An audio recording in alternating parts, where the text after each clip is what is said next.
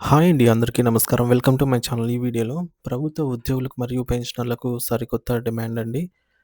పెన్షనర్ల సరికొత్త డిమాండ్ నూతన పే కమిషన్‌పై. మరి ఆ డిమాండ్స్ ఏంటో వివరాలైతే వీడియోలో తెలుసుకుందాము. వీడియో అయితే ఎక్కడే గాని స్కిప్ చేయకుండా ఎండ్ వరకు చూసేయండి. అప్పుడే ఇన్ఫర్మేషన్ పూర్తిగా అర్థమవుతుంది. అలాగే వీడియో చూస్తున్న ప్రతి ఒక్కరు వీడియోకి లైక్ చేయండి ఫ్రెండ్స్. ఈ వీడియోని తోటి ఉద్యోగ, పెన్షన్ మిత్రులతో అయితే షేర్ చేయండి. కొత్తగా మన ఛానల్ చూస్తున్నవారు ఇంకా ఎవరైనా సబ్స్క్రైబ్ చేసుకున్నట్లయితే వెంటనే మన ఛానల్‌ని సబ్స్క్రైబ్ చేసుకోండి. దీని ద్వారా నేను చేసే లేటెస్ట్ వీడియోస్ అన్నీ మీ వరకు రీచ్ అవుతాయి. ఇక ఆలస్యం చేయకుండా వివరాల్లోకైతే వెళ్ళిపోదాము.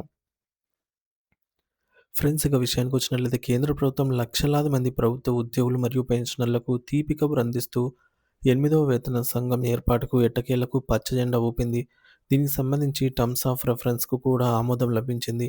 ఈ కమిషన్ రాబోయే 8 నెలల కాలంలో ప్రభుత్వ ఉద్యోగుల జీతభత్యాలు, అలవెన్స్‌లు మరియు పెన్షన్ విధానాలను క్షుణ్ణంగా సమీక్షించి తన నివేదికను సమర్పించాల్సి ఉంటుంది. అయితే కమిషన్ ఏర్పాటుపై హర్షం వ్యక్తం చేస్తున్నప్పటికీ కనీస వేతనం మరియు ఫిట్‌మెంట్ ఫ్యాక్టర్‌పై ప్రభుత్వం నుంచి స్పష్టమైన ప్రకటన రాకపోవడంతో ఉద్యోగ సంఘాల్లో కొంత ఆందోళన వ్యక్తమవుతోంది.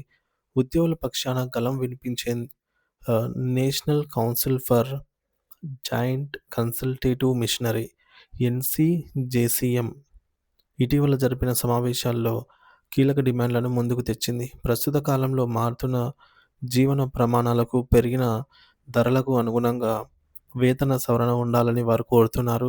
కేవలం ఆహారం, బట్టలు వంటి ప్రాథమిక అవసరాలను మాత్రమే పరిగణలోకి తీసుకుని కనీస వేతనాన్ని నిర్ణయించడం సరైనది కాదని, నేటి ఆధునిక కాలంలో టెక్నాలజీ అనేది విలాసం కాదు, అది ఒక నిత్యావసరమని వారు బలంగా వాదిస్తున్నారు.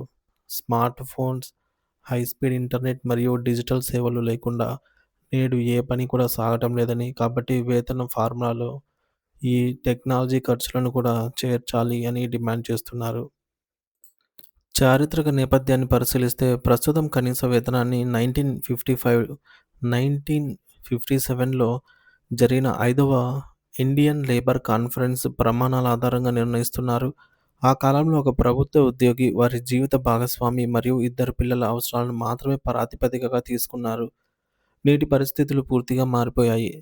నాటి ఆహారపు అలవాట్లు, పోషక అవసరాలకు మరియు నేటి కాలానికి మధ్య చాలా వ్యత్యాసం ఉంది. పెద్దలకు అవసరమైన క్యాలరీల ఆహారంతో పాటు మెరుగైన ఆరోగ్య సంరక్షణ, పిల్లల నాణ్యమైన విద్య మరియు సామాజిక భద్రత కోసం అయ్యే ఖర్చులను వీటన్నిటిని కూడా లెక్కలోకి తీసుకోవాలని ఉద్యోగ సంఘాలు కోరుతున్నాయి. ముఖ్యంగా ఫిట్‌మెంట్ ఫ్యాక్టర్ విషయంలో ఉద్యోగులు గంపెడ ఆశలతో ఉన్నారు.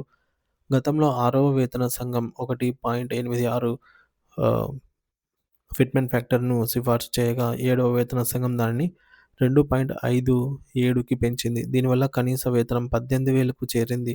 అయితే ప్రస్తుతం పెరుగుతున్న ద్రవ్యోల్బణం దృష్ట్యా ఈ మొత్తం ఏమాత్రం సరిపోదని, ఫిట్‌మెంట్ ఫ్యాక్టర్‌ను కనీసం 3.68 వరకు పెంచాలని, తద్వారా కనీస వేతనం 26,000 నుండి 34,000 వరకు ఉండేలాగా చూడాలని వారు పట్టుబడుతున్నారు. దీంతో పాటు ప్రభుత్వ రేషన్ దుకాణాలు మరియు కోఆపరేటివ్ స్టోర్లలో లభించే ధరలను కాకుండా బహిరంగ మార్కెట్‌లో ఉన్న వాస్తవ రిటైల్ ధరల ఆధారంగానే జీతాలను లెక్కించాలని కోరుతున్నారు.